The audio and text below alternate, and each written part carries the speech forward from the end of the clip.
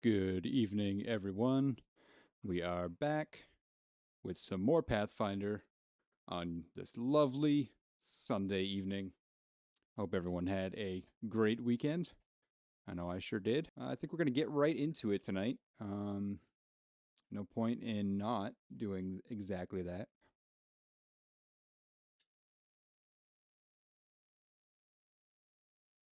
Anyone watching? Please let me know your favorite dad joke. I'm super curious. I'm trying to build my repertoire. We just killed the Stag Lord. And we are going to explore the inside of this fortress first, before heading back and telling everyone that he's dead. Get after it, Lindsay.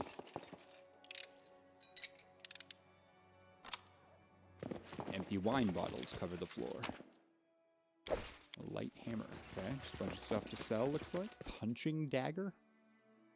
That's neat. The luxurious bed is untouched. It seems that it hasn't been slept in for some time. Ooh, a couple books. Haven't found any of these in a minute. Secret overlords, the essence of the world order. Until recently, we knew this world as it was described in books and stories. A sewer, torn apart by hyenas that separate us with nations and borders, oppress us with extortion and lies, and assert their authority and power. However, someone else's hand rules these slaves who act like masters. It's a threat far more intimidating than a handful of arrogant fools. Our lands are secretly ruled by the most ancient creatures of Galarian, the inhabitants of the ever-dark depths, who know both past and future. People are led along paths they cannot see, and do not have the power to leave, to an end known only to our hidden masters. Some insist that the signs are purely coincidental, but they point to a vast conspiracy. Only a fool can fail to see how the myriad coincidences weave into a great cobweb, or they have submitted their very will and sworn their allegiance to our unseen masters in the depths. The Great Debates by Valera Ilio, publishing house of the Temple of Iamade in Oragent. Today many know of the Saramgamin order and respect its teachings, even endorse them. Such is not yet the case on that memorable day when an unheard-of forest hermit came to a temple of Sarenrae and challenged the high priestess to a debate. This was Avalo, whom none had yet called teacher, a traveling wise man who left Jalmare in search of wisdom and found it here in Andoran, while meditating in the Arthfell forest. The revelation he received was as brilliant as it was controversial. According to his philosophy, truth lies not only in venerating the gods of the good and order, and it's curious that while recognizing Aristil, Abadar, Shellen, Erori, Iamade, and Sarenrae, he at the same time rejects the kinder gods. Sverfneblin. I love it. Perfect timing for that. How you doing tonight, Tuck? Where was I? He at the same time rejects the kinder gods of chaos, such as Desna or Kaiden Kalian. Wow. That's its freaking name. Wow. All right. We got this. I'll try to remember that. Wow. I'll take it. How you guys doing tonight? Instead, he pursues the so-called wise way, a common principle said to underlie all the teachings of his favored deities. Avalo has many theologians from various temples. Only a few of them were converted on the spot, but gradually a circle of loyal disciples formed around him.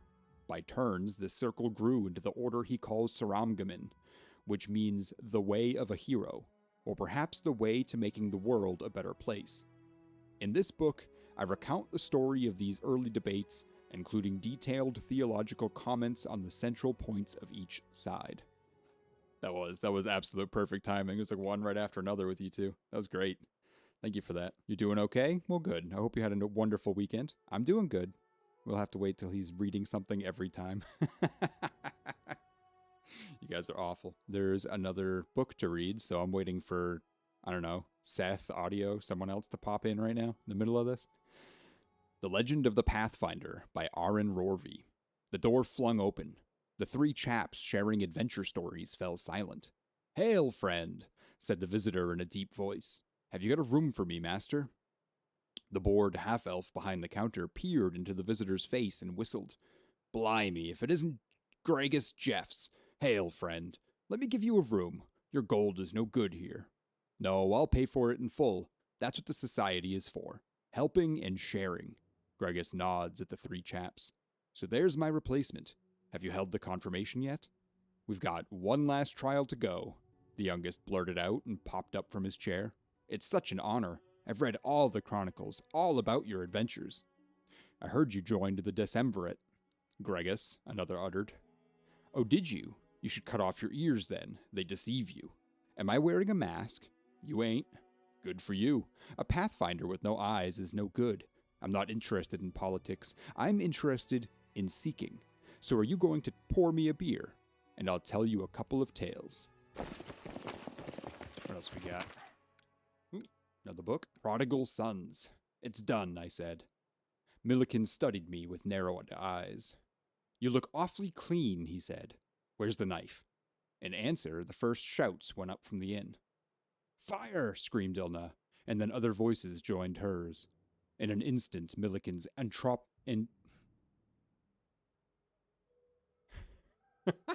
entrepreneurial instincts took over, and he sprang for the door, tossing the crossbow aside. Outside, the roof of the inn was already smoking oily black against the sunset, aim licking through the thatching in places. With a scream of pain, Milliken ran for the creek. I looked to Fargus. Needing no further cue, we each grabbed up armfuls of supplies and sprinted off in the opposite direction. After 10 minutes of leaped brambles and ducked branches, we stopped to catch our breath. Back the way we'd come, the smoke was still visible, though the sounds had faded to just the faint and frantic pealing of a church bell. That was close, Fargus said, leaning against a tree and breathing hard. Agreed, I puffed, staring down at the cloak full of bread that now made up our sole possessions. Then the sound of the bell reminded me of something. About what you said back there, I asked. You said Shellen. I thought you were a priest of Desna. Fargus grunted. A man's faith is a personal thing, he said, tying up the cloak. Now shut up and keep running. And we did. This exit to Fort Backyard looks abandoned. It seems that bandits barely use it. To Fort Backyard. I want a fort in my backyard. Ooh. What's happening here?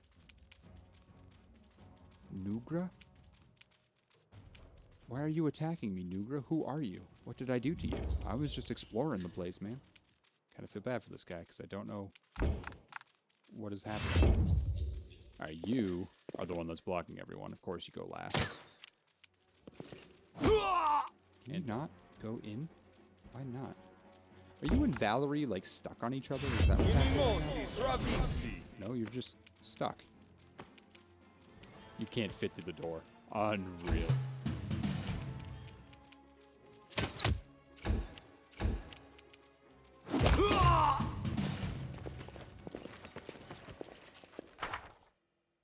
Was that a thing? Maybe we should find Nugra the Druid, the insane father of the Stag Lord.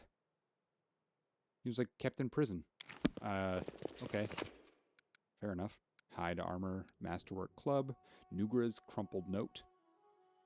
He calls to her again, his queen. He drinks, he calls to her. He drinks again. I have no idea who she is. I can't even tell if she exists outside his own drunken vision.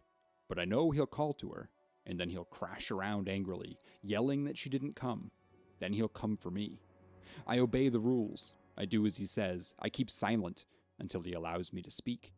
But he still beats me every time he drinks and rages. He said he'll burn my hands in acid next time. Will I still be able to write? That's sad and scary. Okay, well, I think that's that. Let's get ourselves back to Oleg's. Bye, Mr. Owlbear. Thank you for your help. I don't really want to rest because I'm going to Oleg's to rest, but I feel like if I don't rest, I'm risking getting my ass handed to me at some point. Everyone says brains aren't important for a lass, and they're right. A woman needs a bicep, that's what. A whack in the face will make anyone respect you. That's right. I mean, more power to you, Amiri. Here we go. Am I exhausted again? I think I am. Valerie catches up with you near the trading post and touches you on the shoulder. Davos, can I talk to you? Now that the Stag Lord is defeated, you rightfully own the stolen lands. Jamandi Aldori will endorse you and grant you the Baron's title. The girl looks at you with interest and a little apprehension. What will you do when you sit on the throne, Davos? Please don't say you haven't thought about it. Well, there's enough work to do in the stolen lands, running off bandits, founding a state, protecting the common people, yada yada. To be honest, I didn't expect any other answer from you. You are a noble person, Davos, and I'm glad I can serve the good of your state. Well, alright, first things first, get rid of all of this crap so I'm not constantly weighted down. Alright, Oleg. Stag Lord's gone. We found his fortress and sent the villain to oblivion. Oleg looks at you with respect bordering on admiration. And good riddance. Maybe now we'll be able to actually live in the stolen lands, rather than just surviving, Oleg sighs. Without a doubt, more people will flock here now. It'll surely boost trade, but all the noise they'll bring with them, well, that's none of your concern. I bet you can't wait to return to Restov and report your great victory. Restov awaits. The fog seems to be thinning, but we should wait until it burns off completely. In the meantime, I'll gather some supplies for your journey to make sure you can enjoy your trip back to Restov. Okay. Good work. Nice to see I haven't lost my intuition for people. Not many would have managed to set out to the stolen lands and return with the Stag Lord's head, but I knew you could handle it. This lady's sitting here saying she has an intuition for people, yet she trusted me and Tartuccio equally. Okay. Congratulations are in order. Today, you'll receive the title of Baron before the High Society of Restov, and even Natala Sertova personally. God's bless her. Tomorrow, you'll be able to return to the stolen lands if you wish, but this time as a ruler. Natala Sertova is the sister of King Naleski and one of the most influential politicians in Brevoy. But matters of state can wait. For now, enjoy this feast in your honor. All the city leaders are here. It's a great opportunity to make some useful connections. Speaking of connections, let me introduce you to Jamandi Aldori. He's my adopted son and apprentice. He's a trustworthy man. I'd like to send him with you as an envoy. Jamandi, a young half-orc with impeccable poise, performs a textbook-perfect bow. Jamandi, what kind of game are you playing? I think I have the right to know. Yes, you certainly have that right. But tell me, how well do you know Brevoy's history or the current political atmosphere? It won't be an easy explanation. Okay, tell me what I need to know. What's now called Brevoy was originally two different countries, Rostland and Issia. 200 years ago, they were stuck in constant squabbles. Then, Korel the Conqueror showed up and united the two states into one. Such diplomatic tricks are easy to manage when you have dragons at your disposal.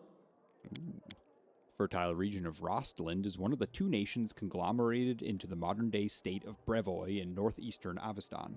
Known for its master swordsmen and proud, defiant citizenry, Rostland stands on the verge of civil war with its northern neighbor Issia, which has gained political control of the region since the disappearance of Brevoy's ruling house Rogarvia in 4699. One of two former nations that now comprise Brevoy, the pirate nation of Issia was known and feared all along the length of the Selen River. Perched on the edge of the Lake of Mists and Veils, Issia had an unforgiving geography that forced its people to be cunning and brutal in order to survive. Korel the Conqueror, otherwise known as Korel Rogarvia, invaded the area that would become modern-day Brevoy in 4499, destroying all who opposed him, with the aid of fire-breathing dragons. Korel disappeared around 4509, leaving his descendants to rule Brevoy from the dragon-scale throne at the Ruby Fortress in New Stetven for exactly 200 years from his conquest. Every member of the noble house disappeared in 4699. Odd. Incredible. The so-called noble houses of Brevoy, mainly Sertova, Orlovsky, and Lebeda, once ruled over Issia. We, the Aldori, ruled Rostland. The royal house Rogarvia, founded by Korel the Conqueror, forced us into obedience. But 200 years isn't long enough to make peace with such a troubled history. Even 2,000 years wouldn't be enough for us to accept Isian rule. Brevoy is a country held together by a thread, and that thread grows ever weaker. This one. House Sertova, the current ruling family of Brevoy, is also the oldest Brevic noble family and the most influential. Their original holdings are the environs of Port Ice in northern Isia, on the shores of the Lake of Mists and Veils. The Sertovas are known as careful and cunning diplomats. Before Coral the Conqueror invaded, the Sertovas were known as pirates and raiders, and the family still has many connections with the pirates and brigands of the region, many of whom are distant relations of the Sertova clan. Their family motto is, "Ours is the right." House Orlovsky controls northeastern Brevoy from Eagle's Watch on Mount Veshka. They try to rise above political maneuvers. As staunch allies of the now disappeared House Rogarvia, this has landed them in a prickly situation. If Lord Pool or Orlovsky chooses to rebel against Naleski Sertova, they could potentially align with House Gares and House Medvid. These three houses could disrupt supply and travel routes between House Sertova's two power bases, Port Ice and New Stetvan. The house's motto is, "High Above." That's what I'm getting out of it. He's a Targaryen, and these are all this is the Reach. House Lebeda is based to the southwest of Lake Rakel in Brevoy, controlling the plains and significant portions of the lake's shipping. They are considered to be the Brevic noble family that epitomizes Rostland, having significant Taldan blood, an appreciation for fine things, and a love of sword fighting. The family motto is success through grace. Thank you. This one sounds like House Martell with sword and flame. This is probably these would be the Targaryens. So what do I need to know about the current political atmosphere? We, the Aldori and the great noble houses, spent 200 years under the rule of invaders, the royal house Rogarvia. We plotted, we schemed, we stabbed each other in the back, but open confrontation was out of the question. But a few years ago, House Rogarvia disappeared. No one knows how or why, but one day, their manors were just empty, and the force that held Brevoy together, that kept us from a bloody feud, ceased to be. That's why I appreciate you, Tuck. Well, that and many other reasons, but... Brevoy is currently ruled by the House Sertova, the former kings of Isia, but their power pales in comparison to that of House Rogarvia when they were here. So now Sertova and Aldori stand facing each other, staring each other in the eye, waiting for the other to draw their sword. It's an untenable situation. No one wants a civil war that would drown Brevoy in blood, but peace between us is also out of the question. These might be like a mix of the Greyjoys and the Baratheons. Okay, so what role do I play in your plans? What role does House Seaworthy have in your plans? Rostland wants to regain its independence, and we will regain it. The power the Isians hold over us is humiliating and costly, and the Sertovas won't give us our freedom without a fight. That is, unless there is some external power that can force everyone to sit down and talk. Do you see where this is going? The stolen lands are disputed territory. Brevoy can't appropriate them without raising protests from each of the neighboring states. However, if some brave people were to found independent states on that land, it would be another matter entirely. My hope is that you and your future neighbors, Baron Hannes Drelev and Captain Maegor Varn, will become our allies. But even your neutrality would introduce a powerful counterbalance to the aggression of the noble houses. Maybe, with your help, the inevitable division of Brevoy can occur without too much pain. So apparently I'm sharing part of the stolen lands, or is this like someone else that she sent on a previous expedition? One of the competitors who successfully completed Jamandi Aldori's task and received a barony as a reward. Don't you have any other foreign allies capable of playing this role? We hope to get some help from the Maivani Aldori, the descendants of the Sword Lords who have fled from Coral's rage to build a new nation in the south. But the Isians know this well, and are doing everything they can to deny us this help. I won't go into details, But if my intelligence is correct, if a civil war starts in Brevoy, Maivan will be too occupied with its own inner troubles to interfere. Maivan is one of the more stable of the River Kingdoms. It began as a refuge for the Aldori sword lords who have fled Rostland during the rule of Corl the Conqueror. Many sword lords settled there in Maivan, bringing with them the experience and knowledge of the ancient discipline of the sword lords. Warriors from as far away as Garen to make pilgrimages to Maivan to study their secrets. To earn the right to say, the applicant must pass a series of increasingly difficult duels. It's the House of Many Faces. What part does Restov play in this game? Restov is a free city, proud of its independence from everyone, including the Aldori sword lords. But when it comes to Rostland's liberation, our goals align. This whole plan is our joint creation with Lord Mayor Yosef Selemius. If Natala is already here, why did she let you grant me the title? Actually, she could still intervene and disrupt the proceedings. But she's a Sertova. Their games are always complex and multi-layered. They're always looking for ways to turn defeat into victory.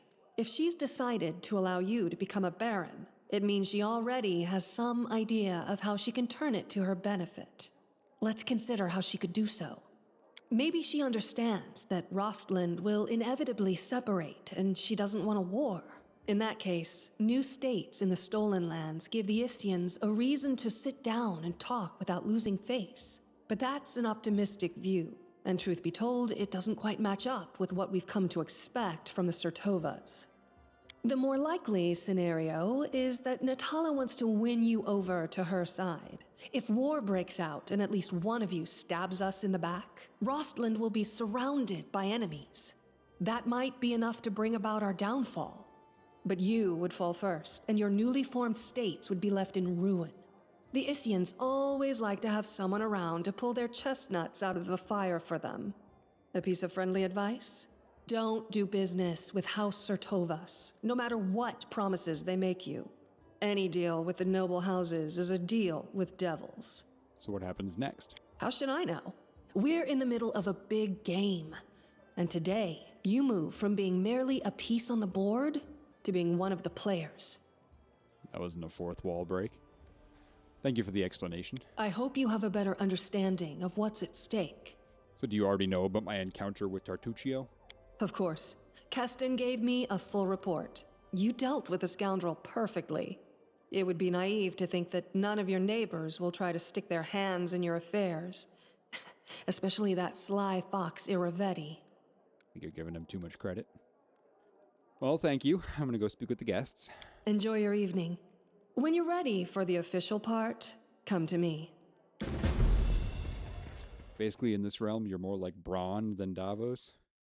Yeah, you're not wrong. He keeps getting kind of passed around like, we'll pay you this, we'll give you a castle, we'll give you a kingdom. It's all right, though. I am Braun Seaworthy, then.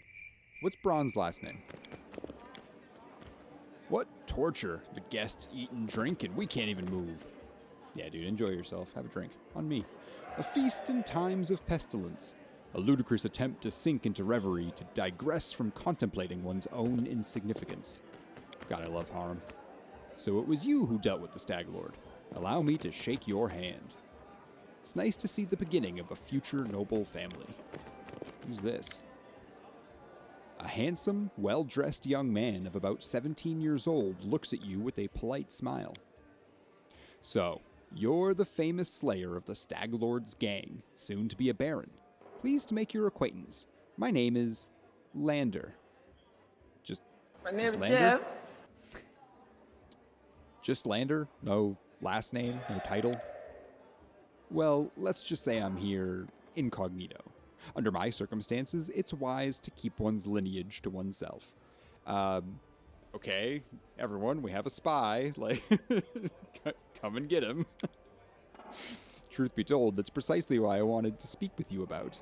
You see, I am an heir to one of Brevoy's noble houses. I won't say which, but believe me, a newly appointed baron with no connections would do well to have a friend like me. Tell me who you are. I travel the country in secret without servants, so I can see it for myself. Not from a carriage window, but face to face with the people. My family would never approve, of course, but then I never asked. I need to know, Brevoy, if I'm going to rule a part of it someday. I know Jamandi wants to impose her stepson on you as an emissary of Brevoy. Refuse. Take me instead. Don't look at my age. While they may have trained this half-orc to swing a sword, I've been training to rule since I was a child. I'll be of far greater use to you, both now and in the future, after I have a firm position in my family. Are you from Restovic nobility? Oh no, I'm not from here. I'm just visiting, you could say. I wanted to see for myself the heroes who managed to conquer the frontier lands, and the Lord Mayor was kind enough to invite me to this wonderful party. I don't like this guy, but I'll consider it. Because I have no other choice but to say that I will. Braun of the Blackwater. Okay. Well, call me Davos of the Blackwater then. Their wine is all right, nice and strong, but the appetizers, pff, barely a mouthful.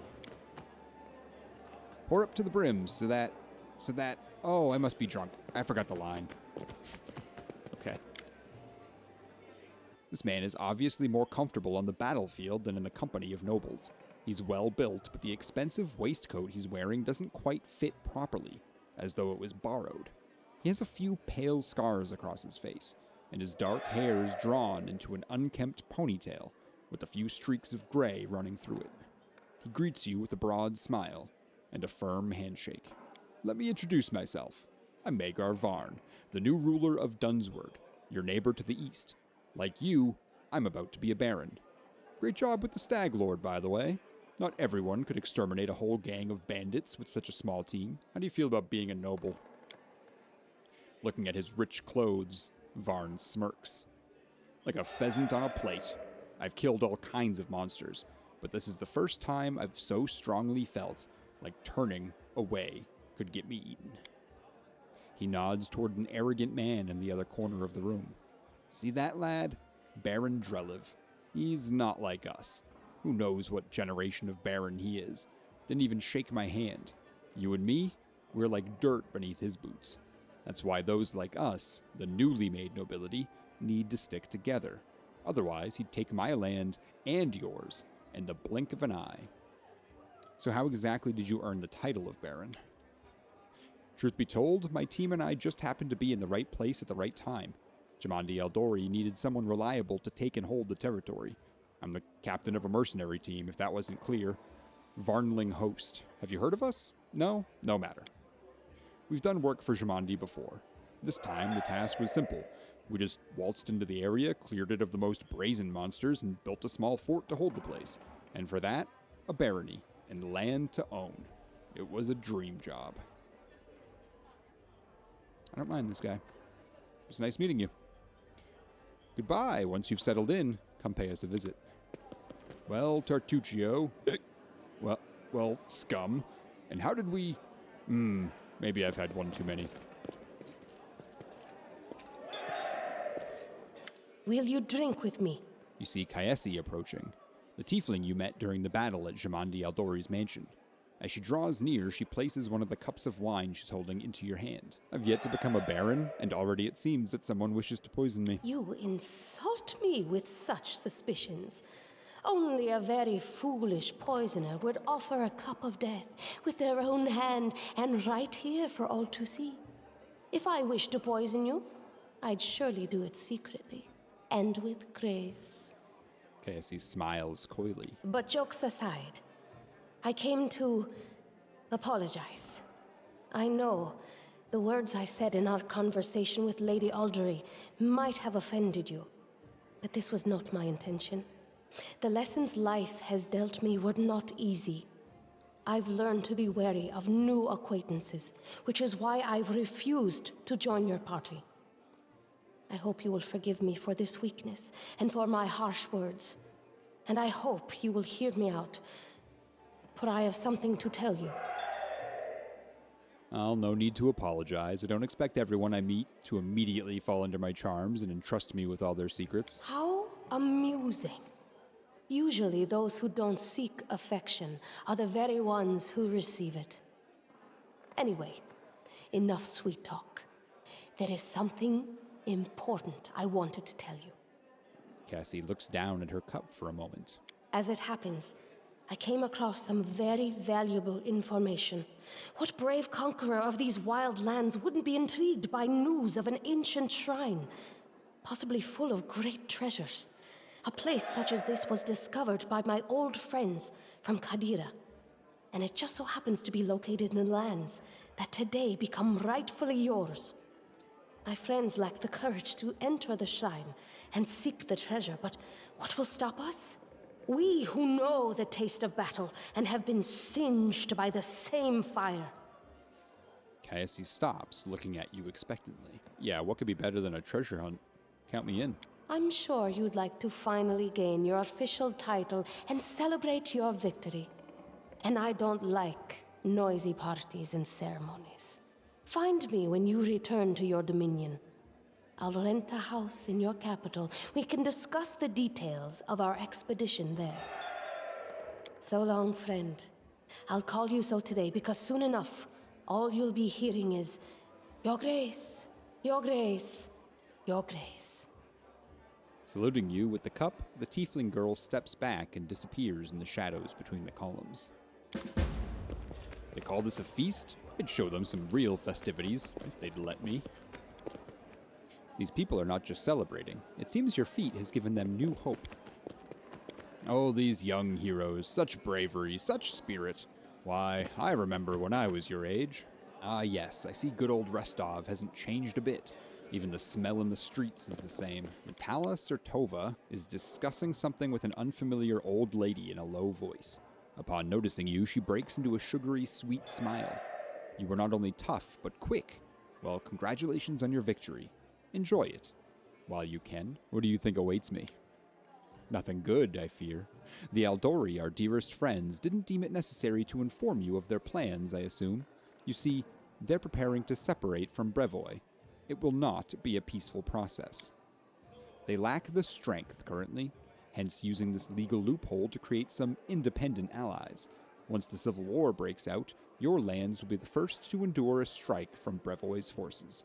Perhaps they'll erect a memorial stone in independent Restov to honor you. Well, I wouldn't count on even that, really. And what would you propose? In your situation, the most reasonable course of action would be to align yourself with the lawful rulers of Brevoy, the noble houses. The Aldori won't dare to rebel, knowing they will immediately become entrapped.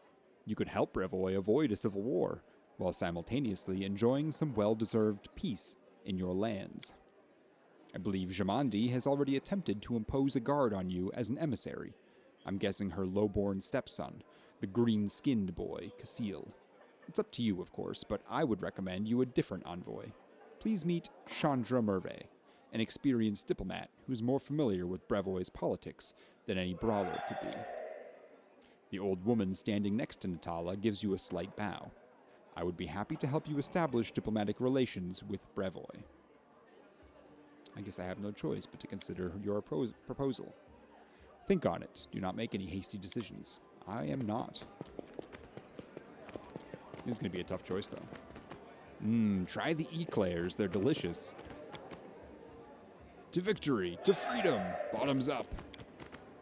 Truth be told, I'm not really comfortable here.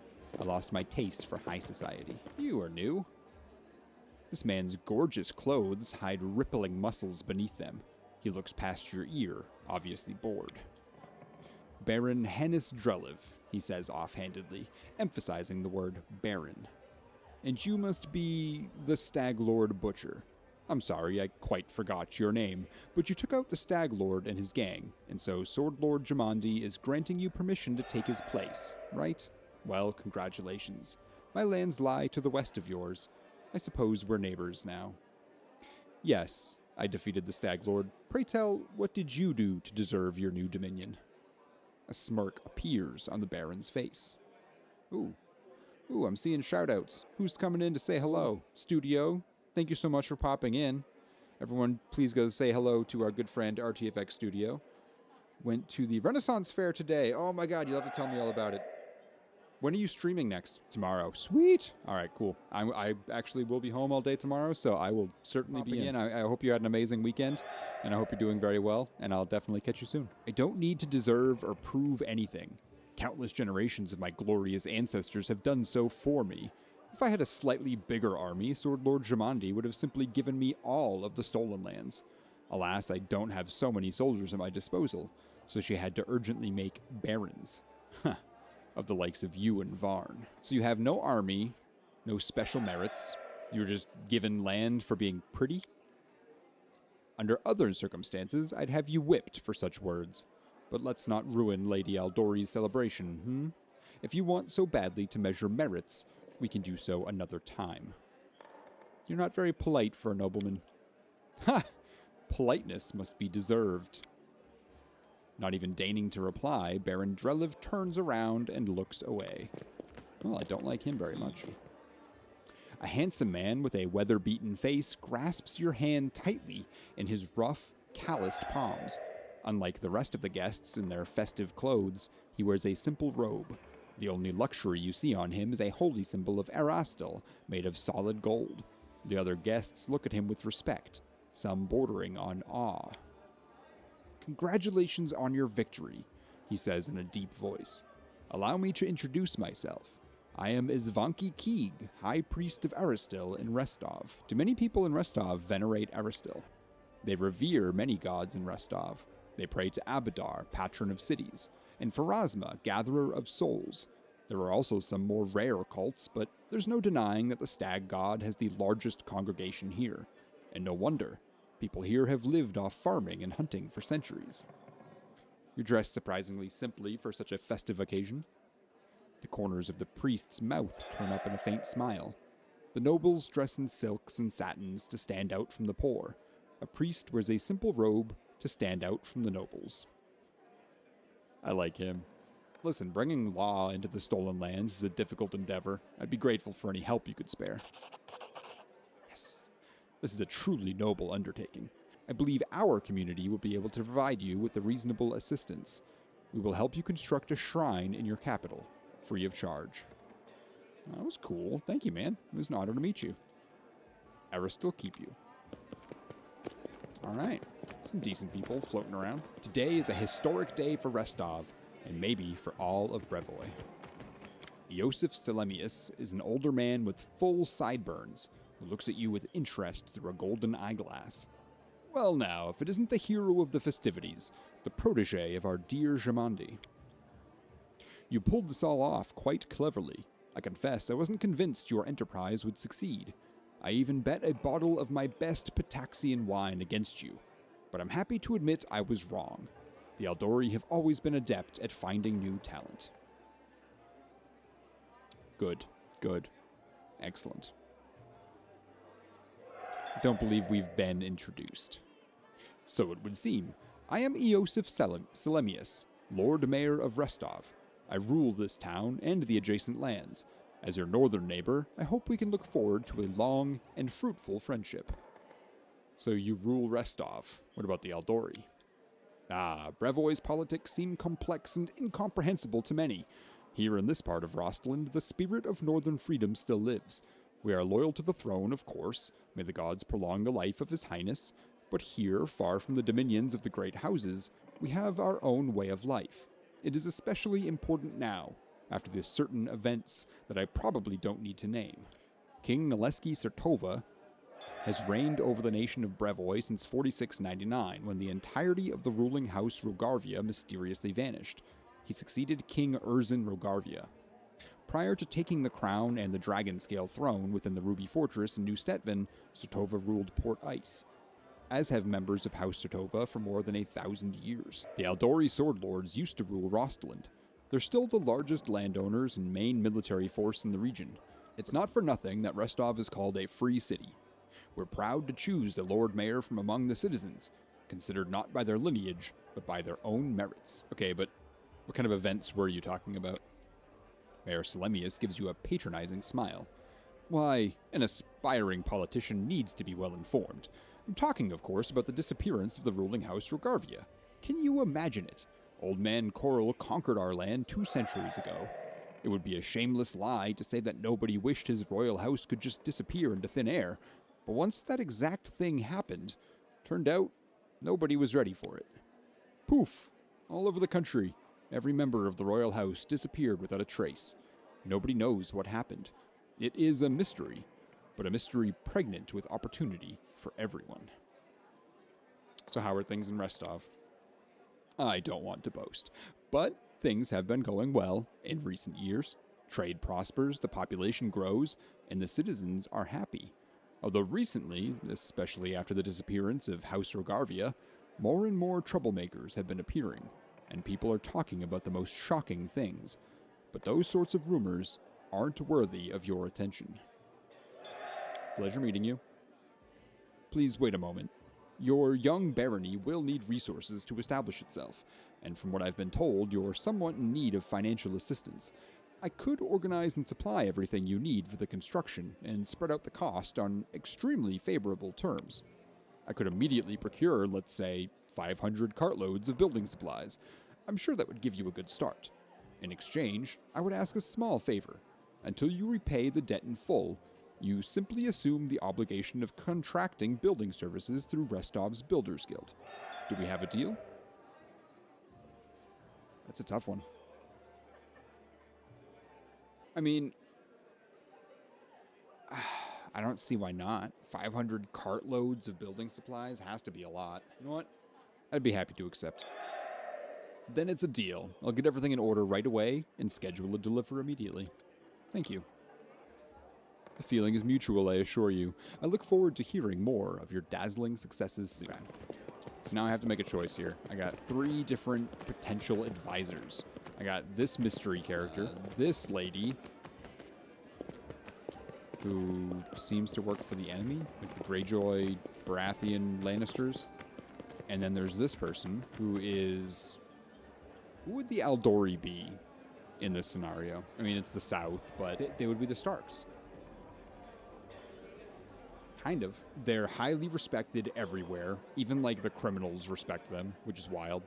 That's how they found Tartuccio was a Pataxian spy, because one of his underlings was, like, boasting about it in a tavern, and some, like, crime lord was like, hey, just so you know, this guy is not who he says he is. She is the one that hired me, raised an expedition to go into the Stolen Lands to kill the Stag Lord, and gave me the land and the barony. So I feel like it's kind of a Lannister-Stark mix. Can't go wrong to get into bed with a Lannister, I guess. Well, it's not gonna even, that one's too easy. So, how do you like our little gathering? I hope you've made some useful connections. Shall we move on to the official proceedings? Before we begin, I want to talk about the envoy I'll be taking with me. My apprentice, Casil Aldori, will go with you, won't he? Yes, that's my decision. Whatever you choose, I won't argue. But you must choose your inner circle with the utmost care. And I'm ready for the ceremony. Excellent. Stand here. Lords and ladies, today we are here to honor 3 brave people who have done the impossible. They've tamed the Stolen Lands. Baron Hannes Drelev, the new master of Glenabon. Captain Maegor Varn, the conqueror of Dunsword. And finally, the tamer of the Shrike Hills, who put an end to the atrocities of the Stag Lord's bandits. Step forward. On behalf of the people of the free city of Restov, I confer upon you this noble title. Rise, your grace.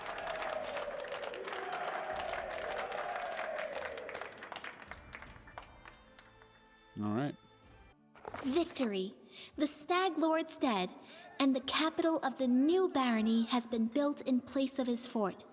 That was how the long and challenging taming of the Stolen Lands began. Ooh, I got a barony. Welcome, Your Grace. Keston salutes you. You can see he's a bit anxious, and it seems he'd rehearsed his speech many times. Let me once again congratulate you on your victory, and your new title. Lady Jamandi transferred me here. I am at your disposal. I'm not one to bestow honors, but I want you to know, I'm glad to serve you. I'm here to welcome you on behalf of your new capital's citizens. The Stag Lord's former stronghold will soon be a thriving city. Word travels fast, and the first settlers have already arrived, with new ones approaching as we speak. While you are visiting Restov, much has been done here. Your benefactors, the Aldori, invested a great deal of resources in rebuilding the city. I stand ready to answer your questions and to show you around the most important sites. Where are my companions? No, they are all somewhere around here, but I never kept an eye on who went where exactly. Well, I assume Tristian is with Jad, and you can always find Lindsay. Just follow the noise and turmoil. Are there any citizens I should know about? Our old acquaintance Jad is right here. Aristil's clerics normally don't like cities much, but he's eager to serve you. Also, the emissary from Brevoy is here, waiting for you in the throne room. There's also this curious matter. An elf has paid us a visit. A blind elf. Desna only knows how he managed to get here. He seems a peaceful, even pleasant fellow, though naturally a little odd, so I let him stay a while. It's up to you to decide what to do with him now. That's about it, I guess.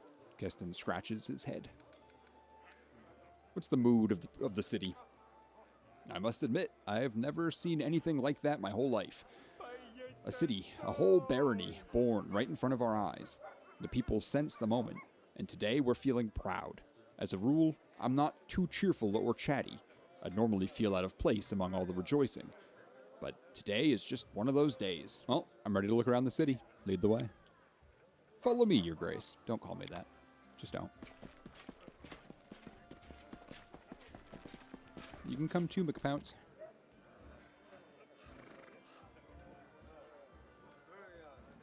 Greetings, Your Grace. We are, well, your new subjects. We're selecting a site to build our house. It's wet near the lake and windy up here on the hill.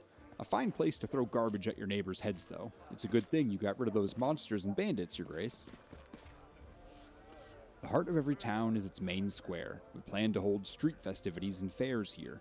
Look, we already have our first vendor. Greetings, Your Grace.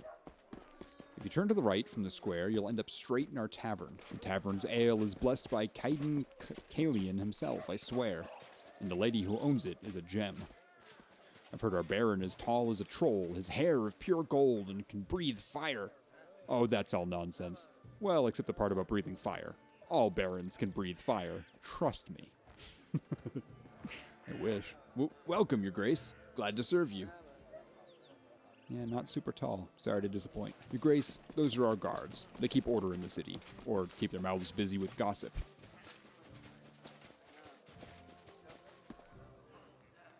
Here's the observation platform. I hope one day your capital will grow large enough that we won't be able to see its full extent from this perch.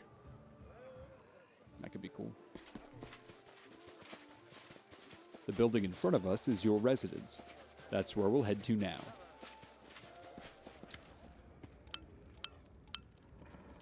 We've reached the main chambers. This is the throne room where you'll hold court and receive visitors. Let me draw your attention to this large map, depicting your barony and its surroundings. We'll mark all the important scout reports and other news worthy of Your Grace's attention. Having finished his speech, Keston tucks his thumbs under his belt and stands quietly. Greetings, Your Grace. Casil, Lady Jamandi's ward, gives a polite bow. It was a pleasure to meet you at the Restov reception. On behalf of your allies and benefactors, the Aldori Sword Lords, I'd like to offer you some advice. You can solve most of your barony's problems by granting appointments to the right people. Responsible people.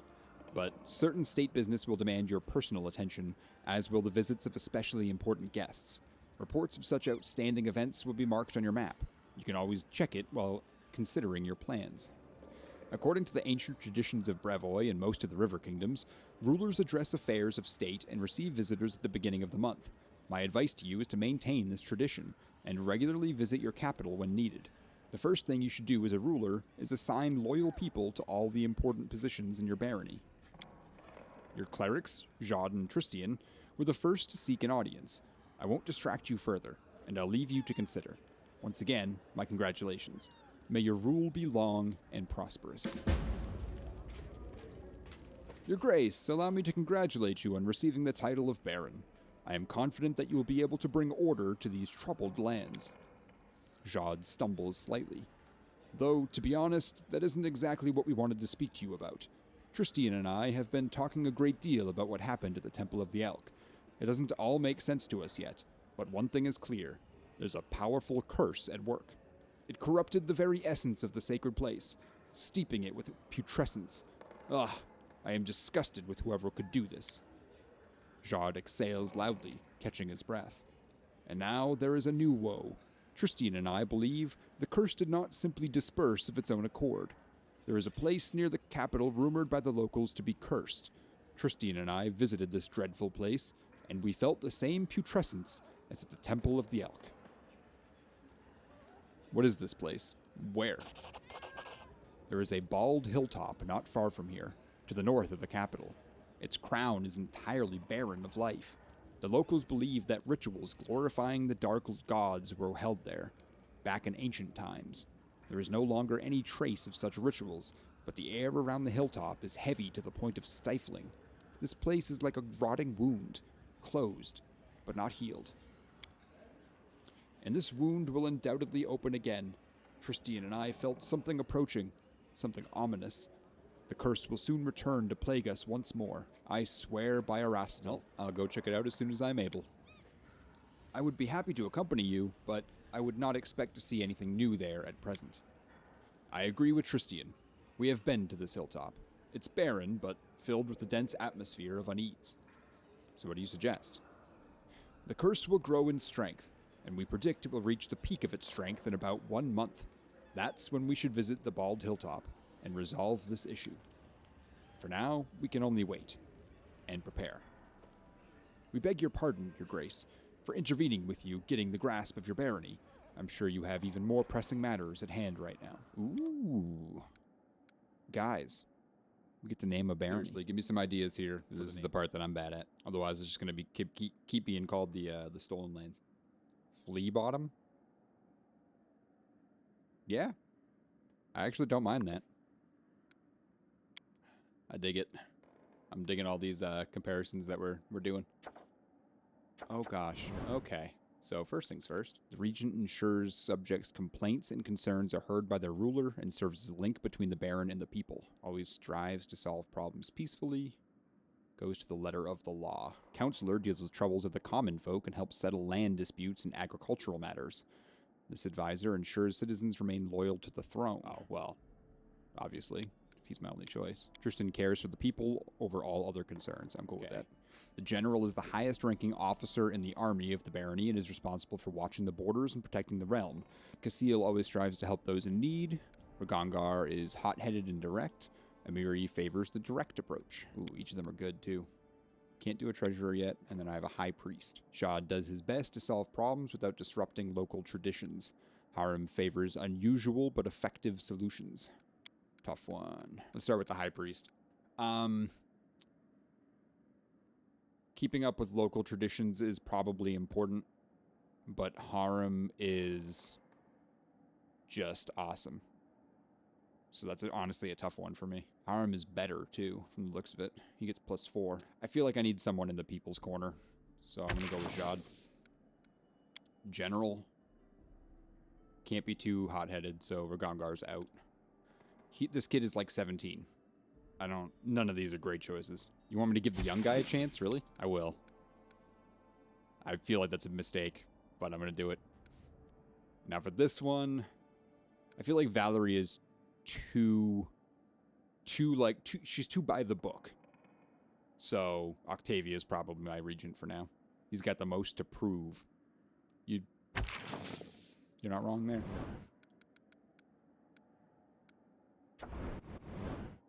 So this is my map. Oh, Jesus.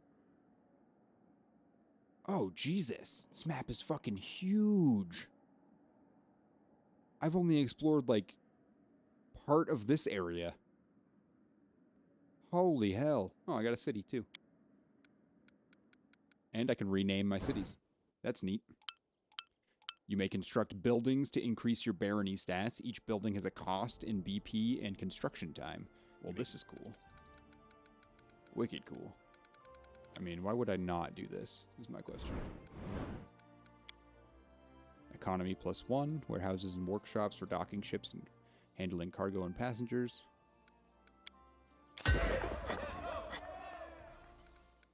Alright, I feel like military might is probably the way that this town is going to go, so let's go ahead and do a watchtower. And then I want a lumber yard. Oh, we're going to want walls too. Okay, so let's do longhouse here. Longhouse barracks. Let's put you there because my shrine... No, you're fine. Smithy needs to be next to a shop. Shop is next to a tavern. Oh, shit. Okay. I already screwed up. Okay. The shop should go here. The smithy should go here. Lumberyard goes here. Barracks just needs to be next to a longhouse. So let's put you there. And then we'll do probably a monument or a dance hall. Chaotic alignment. So let's do monument. Cool. It's like SimCity. Who knew? No events. Regions. Declare the outskirts a part of your kingdom. Choose an advisor to handle this event. Oh, okay. Hey, Dre. How you doing? Each city in the barony gains an extra 5 BP per week. That's great. Oh, that costs a shit ton, though. That's free? Cool. Pillage the temple. I don't want to pillage the temple. I want to rebuild the temple. That's cool. Can level them up to match your party. That's really cool. Let's get Jod to go and help this guy out, I guess. And I don't have any candidates available. Okay. Well, I guess that's that then. For now. How may I serve you, Your Grace?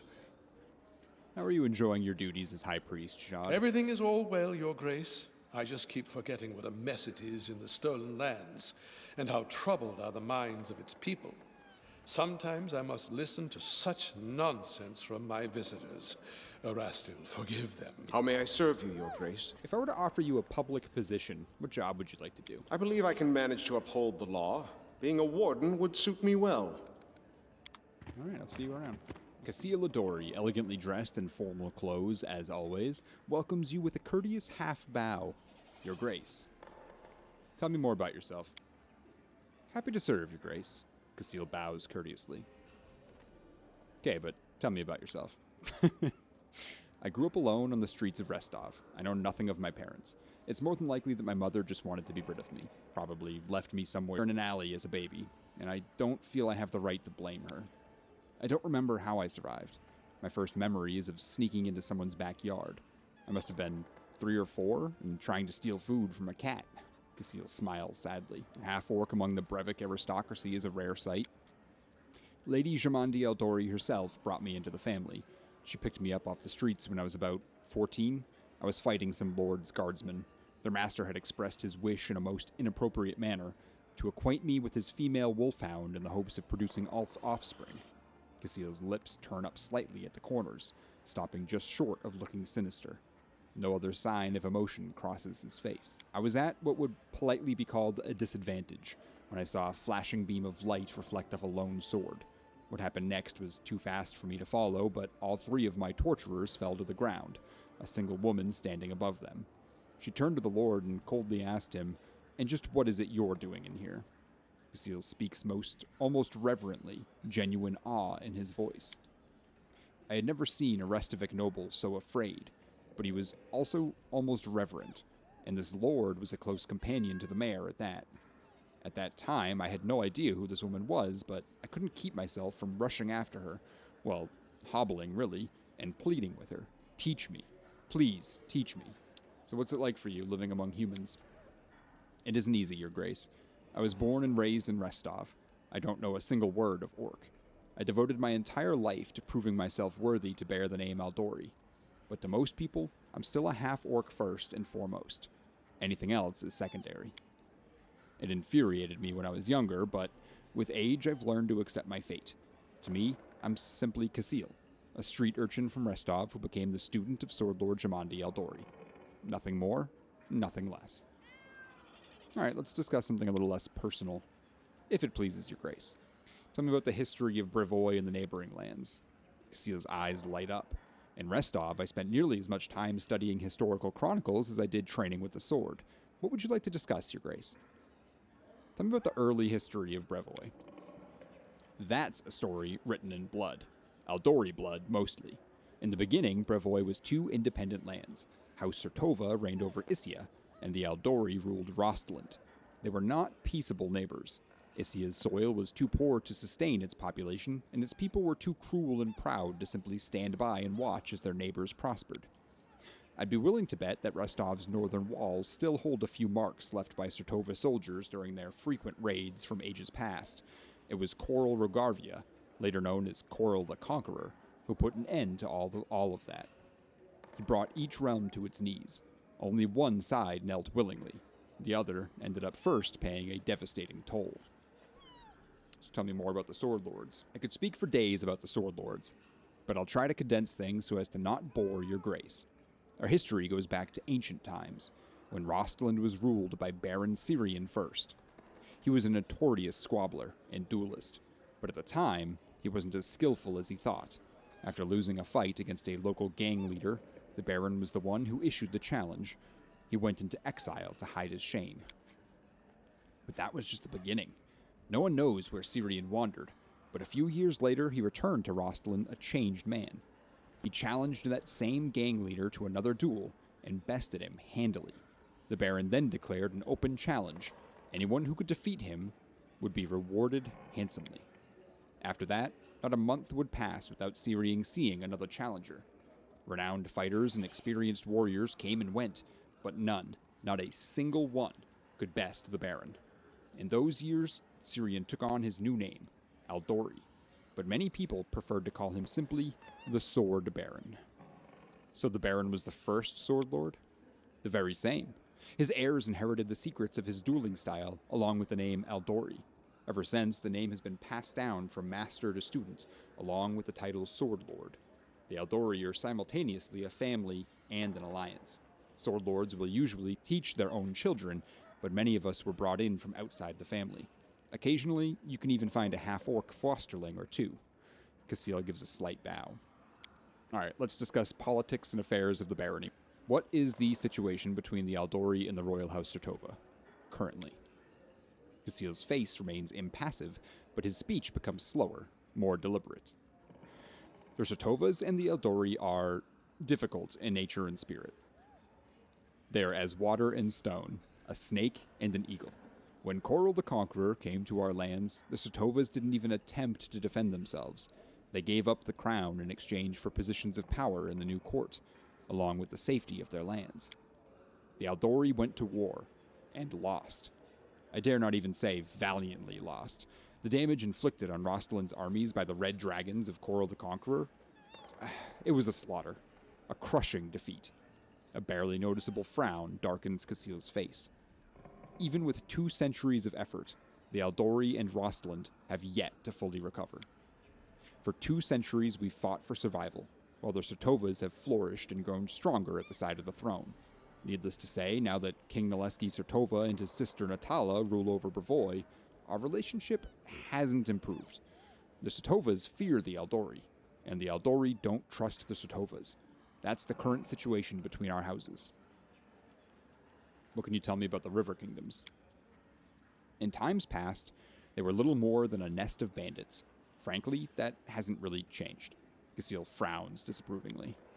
Of all the kingdoms, Pitax is probably of the greatest interest. King Iraveti rose to power too quickly and too easily. I would recommend your grace take great caution with him. So how do you like being general? Cassiel bows. Thank you for the faith you place in me. I shall do my best to prove worthy of your trust. Right on the money there, buddy. Tuck. Oh, thank you. I've learned what I needed. Who is this? I hope that your ass heals quickly. Welcome, audio. How you doing tonight, buddy? Everyone, go say hi to our buddy Audio Nile. You beat me to it. Thank you, Dark. He is a degenerate gamer with a heart of gold. The man standing before you resembles an elf, but a very old one. His face is wrinkled, and his beard is as white as mountain snow. The man seems to be completely blind. The old man stares past you with unseeing eyes. He seems to be consumed in his thoughts. He mutters a soft melody, swaying back and forth slightly to its rhythm. The man shudders briefly and stops singing. His mouth opens and closes a few times, bringing to mind a fish brought ashore. Ah, who is there? Is that you, Your Grace? How could you tell it was me? The old man smiles slightly. It is not so hard to recognize a ruler by the way he walks. No one in here steps as confidently as you, Your Grace. Who are you? I am an elf from Keonan. My name is not important. I am the storyteller, collector of stories. I collect unknown legends of ancient times. The man smiles, but it doesn't seem to be directed towards you. The homeland of the elven race on Galarian, Keonan was almost completely evacuated by the elves just before the fall of the Starstone. They only recently, by elven standards, returned to Galarian to reclaim their ancient homeland, and have become an isolationist realm, allowing few non-elven visitors into their mist-shrouded capital, Iadara. Long ago, I was a smith in Keonan. The fire of the forge has burned out my eyes, but I am grateful for it. If I could see, I would yet forge suits of armor for Iadara's guards. Instead, I have stepped on the path of an adventurer and gatherer of ancient legends. The old man ponders silently for a moment. Many peoples are long dead, their homes crumbled to dust, and their bodies turned to ash. Only legends can still tell us of their triumphs and defeats, their joys and fears. I would be so interested to hear the stories told about us after our demise. I have always been drawn to the Stolen Lands, where countless expeditions, armies, and even kingdoms have met their untimely ends. When I learned of a new barony being founded in the heart of these lands, I knew I wanted to be a part of its story. And so, I made the journey here. Are you really an elf? Do other elves age like you have? A common question. Despite my unusual looks, I am an elf. And an old one, yes.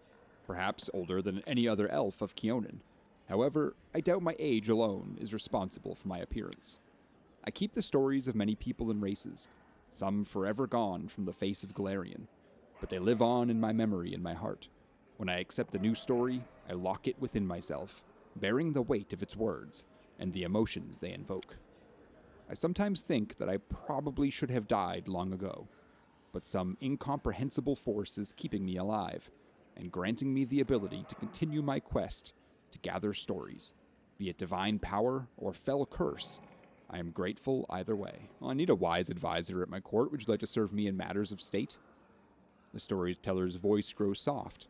Thank you for your words. I am unlikely to be able to interpret the intricacies of the political world or the affairs of the treasury, but my advice regarding the magic of the arts would be useful to any ruler. All right, so would you care to trade stories with me? The man's voice rustles like autumn leaves. I am a collector, not a trader. If I share a story with you, you receive the power to pass it further, changing or embellishing it, whether willingly or not. Can I be certain you will keep my stories intact in their absolute purity? The storyteller ponders for several moments. No, I do not think so. At least, not yet. These legends are the most precious valuables of this world, the last remnants of ancient tribes. They are beacons illuminating the way to the past, allowing us to meet generations long gone. I cannot let their light fade. The path to the past must not be lost. The old man thinks for a moment, then continues. But I can offer you a deal, Your Grace. If on your journeys you discover items that come from eras past, bring them to me. And if my eyes can see the stories that these relics hold, I will gladly share them with you. And if you find all the pieces of any artifacts, I can even recall my smithing skills to unite them and restore their power. Hello. Alright, so this guy is the artifact dealer, so the storyteller gently touches the items from your pack. This scorched piece of metal is a part of a curious artifact known as the Necklace of Double Crosses. Inside it, I sense a story of many deeds, not heroic, but low and maleficent. If you find all 7 of its fragments, I will be able to restore the artifact, and recount its inglorious story. I've brought some relics. Are any worthy of a story? The storyteller's eyebrows raise. How interesting. May I, your grace? He gently touches the items from your pack. A coin from a non-existent country. When Coral the Conqueror mastered Rostland, having claimed it for Brevoy, he prohibited the issuance and use of such coins. Both ordinary folk and the Aldori sword lords were required to use new coins, decorated with Coral's profile. But no one was quick to be rid of these prohibited coins, oh no. In many houses, they still store boxes and whole chests of such coins, waiting for the day when Rostland declares its independence. Oh shit, he gave me 3,200 coins for that. Hell yeah. The storyteller's fingers caress the symbol shaped like a tree leaf. And what is this? I hear the voices of trees, smell the scent of fresh leaves. A dryad mark, is it not? I would be happy to purchase it from you.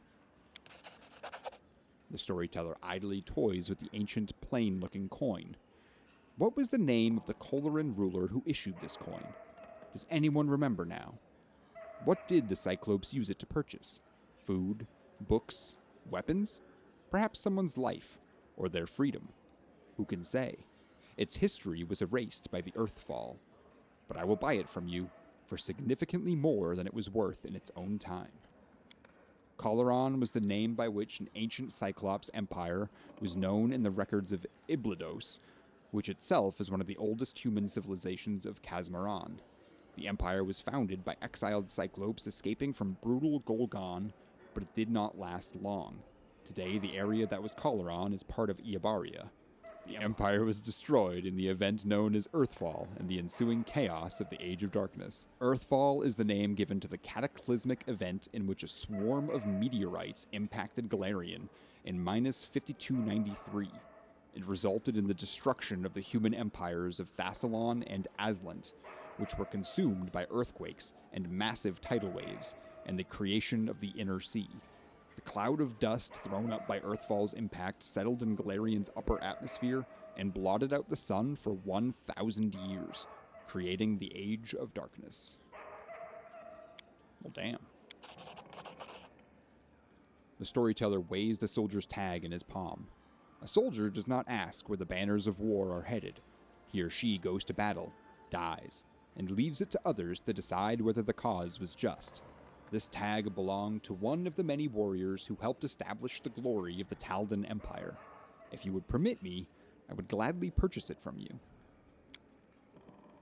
Ah, the belongings of brave heroes who performed their feats here before you. I sense you would be interested to hear their story, but there are too few of them here for me to recount it yet. Please, find all 5 of them. I am sure you won't regret the time you spend in the search. Well, I'll leave you to your legends, till we meet again. The storyteller doesn't answer, his unseeing eyes staring ahead blankly. I like that guy. I like him a lot. I greet you, my savior. The appearance of the nymph is heralded by the familiar bouquet of herbs and flowers, but the creature looks at you differently now. I see your fate has changed since last we met. Now you are the ruler who will determine the destiny of these lands. I am their living heart, the whisper of the wind, the strength of rivers, the luxuriant growth of the meadows. Do you wish to touch this power? I will show you a place where we can finally meet in flesh, you and I. Deep in the woods, there is an old mossy ruins long abandoned, nearly swallowed by the thicket. There is an old tree growing among the stones in the yard, which I remember as a seed. A shadow under its green crown I call my verdant chambers. Visit me there, my lord, and come alone. A nymph's reward awaits you. Hold on, let me ask you something. Forgive me, nymphs are not made for cities. The noise and vanity of human settlements vex me. I will answer all your questions, but there, in the silence of my asylum. All right. I'll see you soon. So long. I will await you there, as the ground waits for spring under the heavy winter snow. Oh my. Awesome. You see a dark-skinned, wiry man with a weather-beaten face and a happy smile on his face. He is dressed luxuriously, and his dark hair and neat mustache are exquisitely coiffured. The man bows to you, spreading his arms a little. Hassif from Absalom is happy to welcome you, Your Grace. Come, take a look at the best wares we traveling merchants have to offer. Please, come, take a look. Why did you leave Absalom, the center of global trade, for some young barony in the Stolen Lands? Ha, it's a long story. I don't think Your Grace would be interested. Okay, well, tell me about yourself. My pleasure, Your Grace. The merchant smooths his mustache and commences his story with an air of importance, speaking in a sonorous voice, gesturing widely. Hassif's family was not rich, and he, as many in Absalom, had to start from the very bottom. As a child, while his peers chased pigeons and stole apples at the market, he worked at a tannery. Oh, I can still smell this disgusting stench. The man pulls out a heavily perfumed handkerchief and waves it in the air. Ahem. Well, the young apprentice worked hard, saved every coin, and soon managed to purchase that tannery from his former master. Then, as soon as he had enough money, he opened his own trading agency.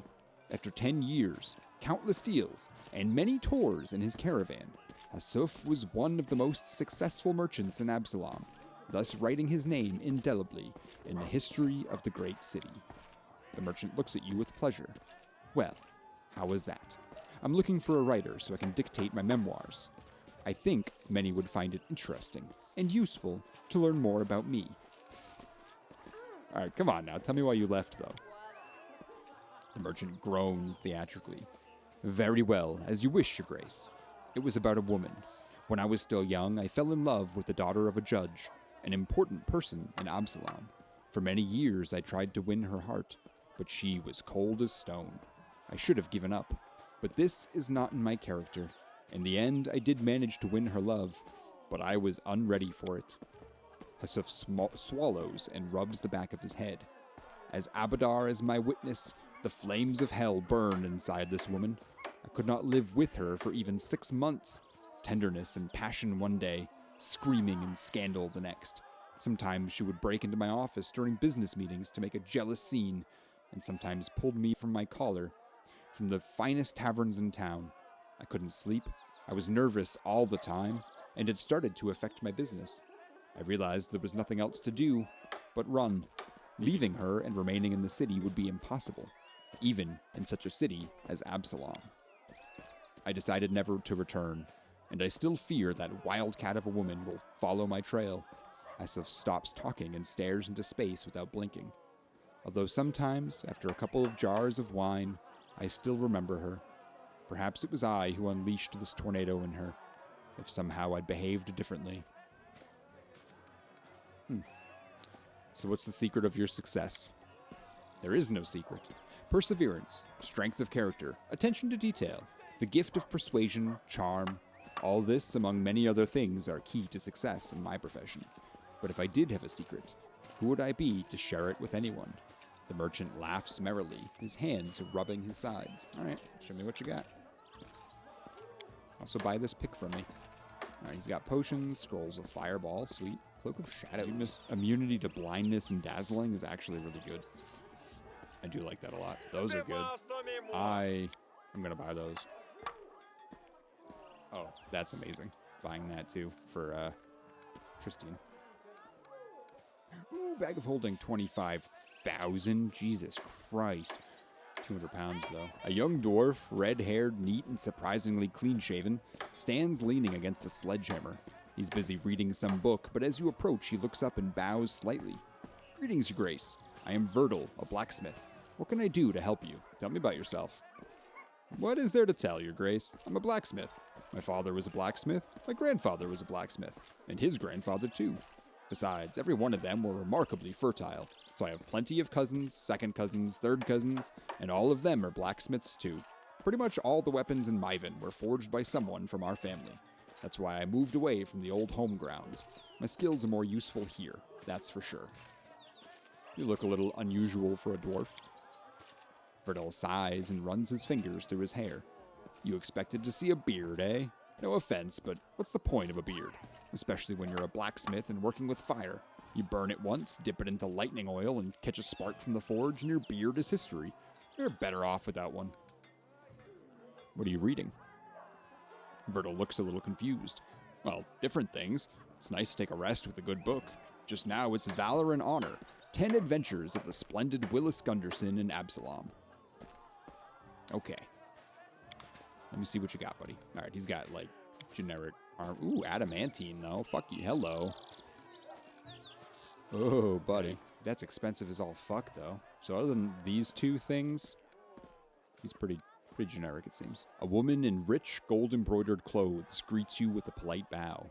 Her eyes, the color of molten gold, shine brightly in her dusky face. Greetings, noble ruler of these lands.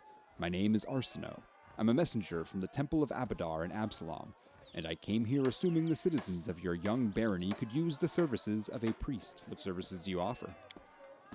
I can sell you various divine spell scrolls. They're quite useful. It's a replicate of what Jad said. So tell me about Abadar. With pleasure. Abadar is the god of cities, law, merchants, and wealth. The core of his teachings is simple. Law and order allows civilization to develop, which allows people to live in peace and prosperity. If Erastil favors old customs, small settlements, and simple trades like hunting, then Abadar patronizes development, complex trades, order, and entrepreneurship. Each priest of Abadar finds something personal in serving him. Some believe that law is the main aspect of their faith, and they guard it zealously. Others put the well-being of their society above all. I personally follow Abadar's teachings that say civilization must penetrate the wildest savage lands and help people live in comfort and safety. How'd you come to be in my barony? That is a long story, and not a terribly exciting one.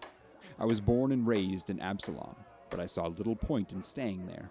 What's the purpose in promoting the faith of Abadar in a city already so large and well-developed? No, I was drawn to backwater places, where civilization was just beginning to emerge. It gives me such joy to see the first stones of a new settlement being laid, or to see wilderness that once harbored monsters and criminals become a safe, cozy home for people. I've devoted my life to my travels, choosing to visit places like your barony. Allow me to say it's a place after my own heart. A city growing over the remains of a bandit lord's lair is exactly the sort of triumph of civilization Abadar prescribes. I hope my skills as a priest will be of service to these lands and to their denizens. You're an Aasimar, if I'm not mistaken. I suppose it's easy to tell, isn't it? Yes, I'm an Aasimar, though I'm not sure how or when the blood of Celestials appeared in my family. Among all my relatives and known ancestors, I'm the only one who inherited it. I must admit, I'm glad this lot fell to me. It draws more attention to me. A useful trait for a priest who wishes to gather a congregation. If you're so eager to help citizens, why do you charge for your services? It's a part of Abadar's philosophy. The rules of trade and exchange developed for a reason. They help bring order to our world, and they mustn't be broken without need. The opportunity to get what one desires for no effort has a corrupting effect on souls. Well, I didn't ever check Jad's inventory, so I'm curious what she does have. Literally just a bunch of scrolls. One last shopkeeper, I think, that I've seen so far. Zarsi. The tiefling girl looks as though she's made of springs. She cannot stand still for a moment. She nods her head, snaps her fingers, and taps her feet to an inner, whirling song. Seeing you, she quickly waves her hand and breaks into a wide smile, and immediately starts jabbering. Your Grace, welcome. What do you want? Scrolls? I have them. You won't regret it. My suppliers bring more scrolls for sale if you manage to attract more mages to your lands. More mages, more demand, and more goodies for you, so go build them libraries and we'll both profit from it. Could you perhaps speak a bit more slowly? Sure, as you wish. Who are you? Zarsi the Letter Gobbler, at your service. The girl bows with a wide smile. Best spells, charms, jinxes, and hexes for the best baron across all the river kingdoms. Buy it all and don't be stingy. You won't regret it. Where do your goods come from? It's a family business. I've got siblings across all Mendev. They pinch every, I mean, they're very creative suppliers. And I sell it all. Get it now. Don't hesitate. My goodies are great. I'm not doing a Tony the Tiger great. That's just not going to happen. But show me your wares. What do you got? Literally just more scrolls? Yeah, I'm going to go buy a tower ship. 5, 9, 52, 3, and 10 fire resistance. Buying it. I don't even care. I will hold on to the other 10,000 that I have. That's freaking awesome. Look at it. Hell yeah. Sweet. Davos would do the Tony the Tiger great. Davos probably would. Alas, I am not Davos. Or am I? I guess I'm kind of supposed to be, huh? Shadows of Absalom by Pax Grumetra. I have read this. Okay, let's head down the street. I like how people bow to me as I walk by. That's pretty sweet. Are you gonna go?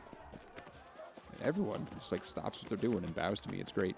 The well looks quite ordinary, and yet when you approach it, you feel a strange tingling in your temples. Oh, look at this stupid bird. It's not even flying. Oh, there he goes. I also love that I can come up here and like check out my, sort of see my kingdom. I'm very curious how that's going to grow throughout this game. All right, that's Harem. All right. It's almost 1 o'clock. I don't want to talk to these folks because in the off chance that they have a lot to say, I don't want to get caught up and end up being late because I do have to wake up early in the morning to take my kid to school. So, that'll be the stream. Thank you very much, everyone, for coming and hanging out and being amazing people. Let's go somewhere. I got some ideas, but honestly, I kind of just want to go do something like completely random. No, seriously, guys, you guys are all wonderful.